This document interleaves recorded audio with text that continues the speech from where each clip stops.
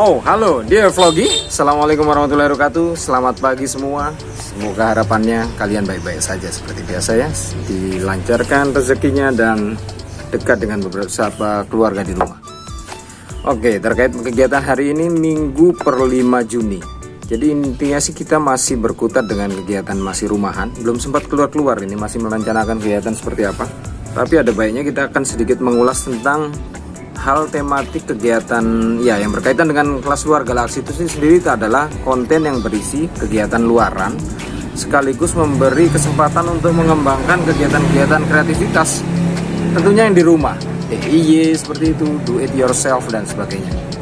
Nah, kali ini kita masih berkutat dengan kegiatan ketapel, mau berbagi apa ya, hari belakangan ini sih masih berkutat dengan beberapa sampel kayu yang akan sedikit banyak kita akan berupaya membuat satu sedikit workshop tentang kayu, tapi tentang tematik-tematik yang berkaitan dengan ketapel tentu saja, masih dengan tematik ini, permainan tradisional. Nah, harapannya sih apa ya, saat ini sih belum bisa begitu banyak bergerak karena memang masih memesan beberapa peralatan tambahan untuk pendukung berkegiatan ini, termasuk macam bergaji, lalu ada beberapa tambahan-tambahan ya untuk mempercepat saja, memperlancar aktivitasnya. Mata gerinda yang bisa digabungkan dengan gergaji masih dalam proses tahap kirim dari all shopnya. Nah, lalu berikutnya apa terkait dengan ketapel sendiri. Belakangan ini saya baru menyadari ya, setelah memang harus mau tidak mau ketika kita mengembangkan permainan, lama-lama harus tahu seperti apa sih aneka kekuatan karetnya seperti apa. Nah, awalnya karet yang saya beli ini tadinya saya pikir ini adalah 1745, tapi begitu order yang sebenarnya ternyata 1745 itu lebih besar lagi sedikit, dan ini adalah 2050. Tentunya akan sedikit lebih berat, apalagi ini disetting dengan sedikit lebih pendek dibanding yang ini. Nah, yang selama ini menjadi andalan dan latihan tuh yang ini ya. Belakangan setelah memperbandingkan ukurannya, ternyata memang ini lebih kecil. Bisa jadi ini adalah mungkin 1732. Tapi sekaligus untuk berbagai aneka mata pasar sih masih enak-enak saja ya.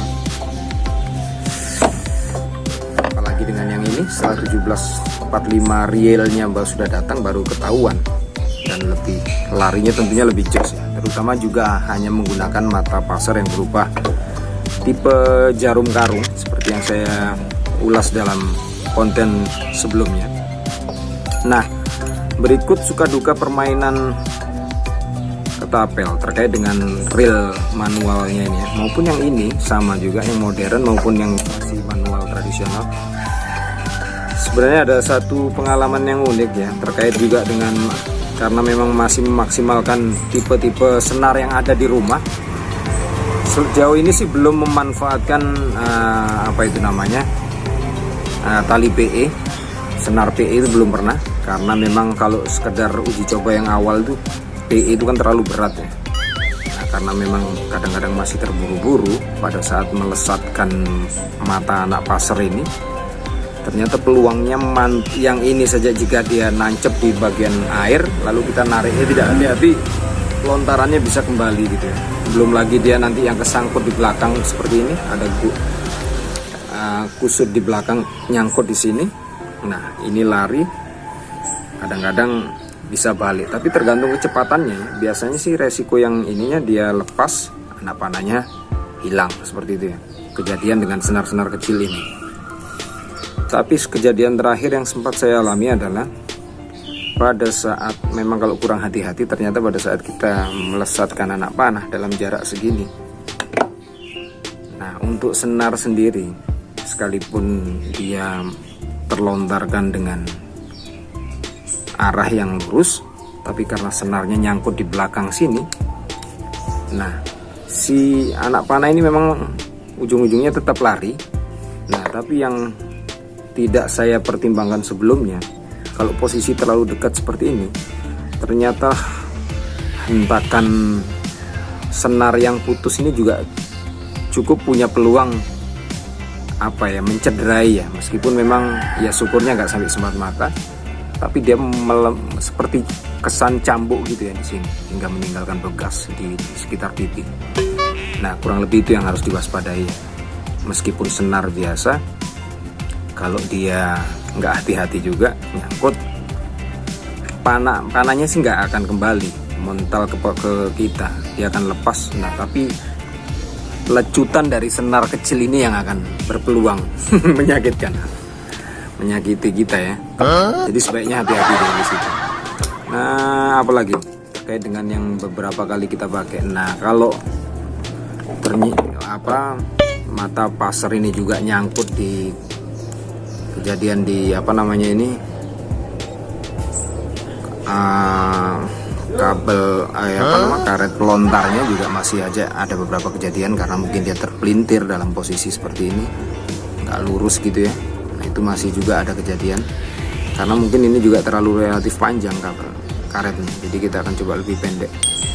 Dan kurang lebih seperti itu tips and triknya dalam permainan ini, termasuk juga akan lebih harus berhati-hati ya. Sekalipun memang alhamdulillah sejauh ini ya mudah-mudahan tidak pernah kejadian melukai karena ini tipe TTF Through the Fog, belum pernah sih sampai kejadian melukai. Yang ada malah kalau pelurunya yang tadi itu kejadian melintir di benang senarnya, malah dia mukul dan sempat mencederai satu sedekat jari di sini. Luka kecil sih tapi ya cukup lumayan karena terpukul gitu ya. Nah berikutnya sih untuk kesempatan ke depan sepertinya di kelas luar galaksi kita akan lebih konsen dengan tipe-tipe ketapel yang OTT, over the top. Jadi tentunya kita akan lagi beli yang tipe flat band seperti itu dan melengkapi dengan beberapa aksesoris tambahan lainnya. Jadi kita jangan kemana-mana, tetap ikutin channel ini, dukung, like, share, komen tentu saja demi kemaslahatan kita bersama, dan tetap berkreativitas di rumah. Oke, lanjut. Assalamualaikum warahmatullahi wabarakatuh. Salam.